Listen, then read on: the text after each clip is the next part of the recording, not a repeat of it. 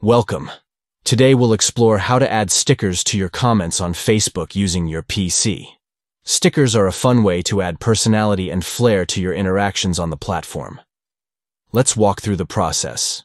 First, log into your Facebook account on your PC. Facebook is a popular social media platform where users can connect with friends, share updates, and engage with content.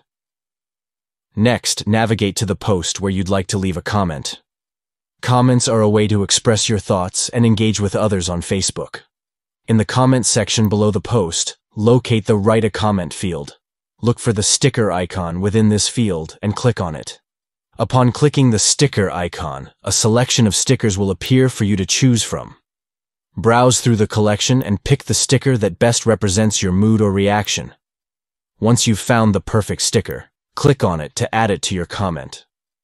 The sticker will be inserted into the comment box, ready for you to post along with your message. By following these simple steps, you can easily enhance your Facebook comments with colorful and expressive stickers, making your interactions more engaging and fun. Thank you for watching this tutorial. We hope this guide has been helpful in showing you how to comment with stickers on Facebook using your PC.